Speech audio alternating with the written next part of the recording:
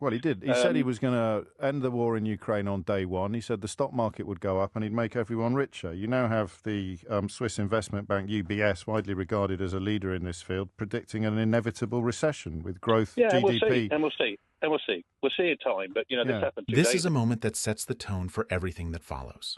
A UK-based Donald Trump supporter is about to be put on the spot, not just about Trump himself, but also about Republican tariff policies and even Brexit, two of the most politically charged topics in recent years. At first glance, it sounds like a straightforward defense of a political figure. But as the questioning begins to dig deeper, what unfolds is far more revealing. The conversation isn't just about supporting or opposing Trump. It quickly becomes a test of logic, consistency, and how well these arguments actually hold up when challenged in real time. So let's break it down step by step, because what happens next is where things start to get really interesting. Paul is in Hookin, Hampshire. Paul, what would you like to say? No, just there's the emotion around this, and name calling, and Trump's this, Trump's that, Trump's the other. I don't know why everybody's so surprised. When he was, going for election, he said he was going to do this. Everybody knew he was going to do it. Everybody kept telling us to ignore what he said and concentrate on what he did. You remember?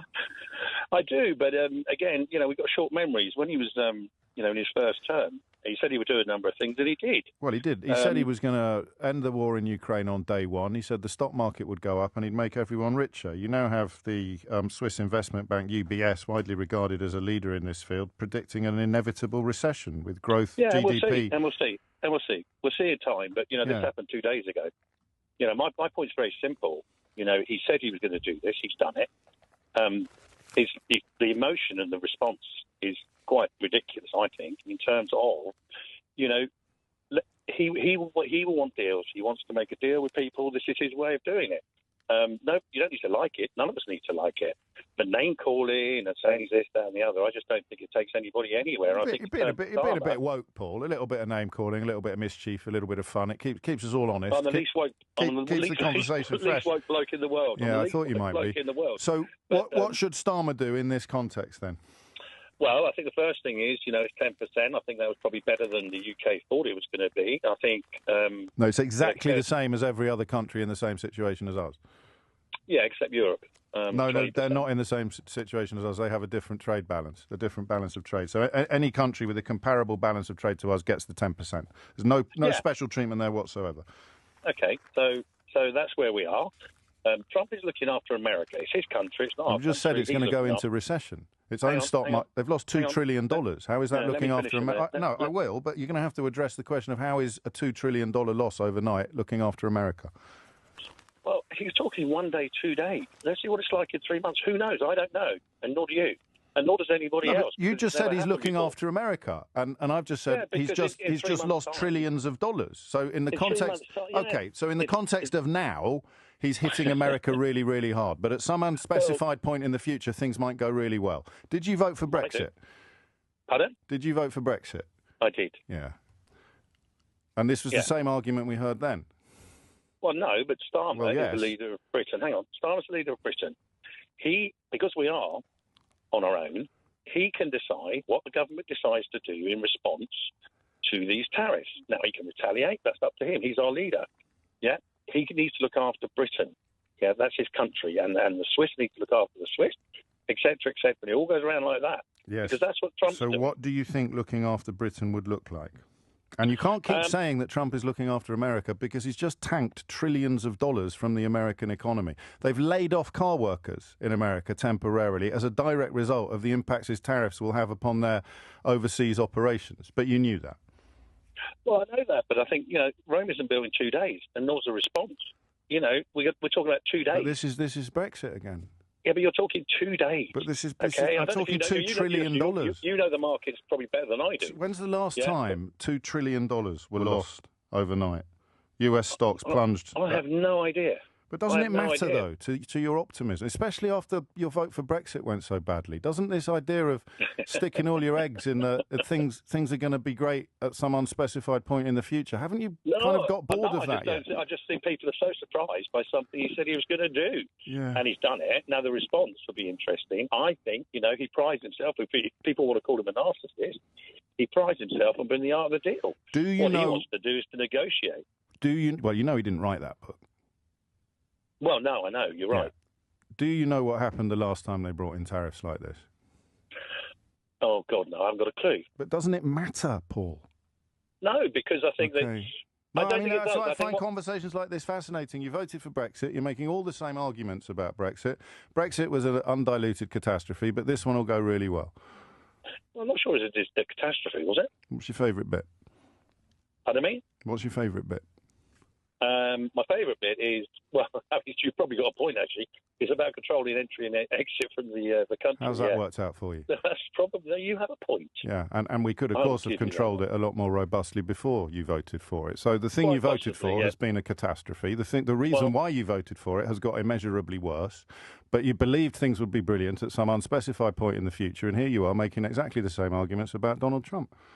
Well, no, what I'm saying is, I think... No, hang on. I have hung on. It's about the people. It's about the people, who are leading, this country. And it should be very easy for this country to control its borders. They don't, because the government before and this government are useless. See, I have a theory that everybody who likes Trump and Brexit is obsessed with immigration. And here you are talking about $2 trillion losses that America has taken overnight, saying, hey, wait and see, it might all turn out to be brilliant. But what you really, really care about is immigration. No, I don't. I think I care about it. Why'd you bring it up then? Well, you brought it up. I didn't. No, I didn't. I asked what your favourite bit of Brexit. I asked what your favourite bit of Brexit was. I asked what your favourite bit of Brexit was. I gave you an example. You're right. Yeah, but no. So what is your actual favourite bit of all the things that have happened? Yeah, and Brexit has played out, which is why the parallel is so interesting. So of all the things that have happened, what's your favourite bit? Of Brexit? Yeah. I think just controlling your own laws. Which ones do we control now that we didn't control before? There's a lot now that we're not impacted by the EU that we were. I didn't like being dictated to by Brussels as a country. On what? Well, whatever the silly laws came out of them. Go on, then, give me one. You know. Give me one. Oh, come on, there were loads. I can't think of one, but you can, because you know that there are loads. Go on, give me one. Don't be silly. Give me one. Out of Brussels, there were loads out of Brussels. Give me one. Why is that funny? Lots. You voted for it. There are lots, and you can't name one. Well, Brussels, we didn't have control of our own laws. For example? I can't think of an example. Well, I'll wait. Pardon me? I'll wait. You'll have a long way. I can't think of an example. No, but you're bound to be able to, because there's loads. Paul just told me. So I'll wait. You're very good, but no. No, I'm not. I just care about facts. Anyway, we're not talking about Brexit. No, I am. I'm waiting now. You're waiting. The economy, let's wait and see. No, tell me the thing that's gone really well. You said the law that you're pleased about. My point is, let's wait and see. I think many countries... I'm waiting to see what law you're going to tell me about. Hang on. Well, we'll negotiate, and Starmer can negotiate for the Britain. Don't change the subject. For Europe. Don't change the subject. Paul. He can negotiate. Paul, time for one of your wry chuckles, I think, Paul, isn't it now? Time for a wry chuckle? I'm still waiting for the law, of which there are loads. Well, one of the great benefits is that now we're in this situation. What about bendy bananas? Now we're in this situation. 3-pin plugs? Can negotiate for Britain. Wrapping your fish and chips in newspaper. What's the law you're happiest that you don't have to obey anymore? In this situation, one of the greatest benefits is that Starmer can just say there aren't any, Paul, because everybody listening knows. Well, this is a great one, isn't it? Go on. What's your law? Example. What's the law? Well, no, hang on. No, I'm not. I've hung on for long enough. What's the law you no longer have to obey that justifies your Brexit vote in 2016? Well, I'll turn it around to answer the question. No, you can't. So you have to ask. No, you can't. Just answer the question. Europe are not going to negotiate for us. We're going to negotiate for ourselves. That's the difference. It's 10:45. What starts as a discussion about tariffs, and Trump quickly shifts into something far more intense, a broader commentary on political identity, belief, and how people form their opinions in today's climate. The narrator frames a sharp divide between supporters and critics of Trump and Brexit, arguing that many supporters don't engage deeply with policy details, but instead align with repeated talking points and political slogans.